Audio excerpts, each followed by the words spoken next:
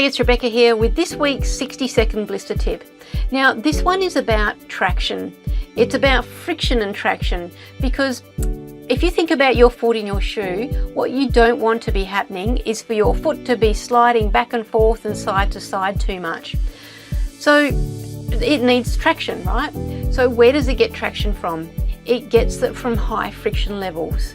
So that's why socks and orthotic covers and the internal lining of shoes are made out of high friction materials. It just has to be that way, and that's no problem unless you're getting blisters.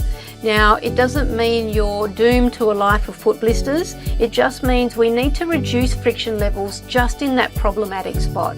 And that's really easy to do. I like using Engo patches most of all, but you can also use the 2 Toms Blister Shield powder, which I quite like, and there are other things as well.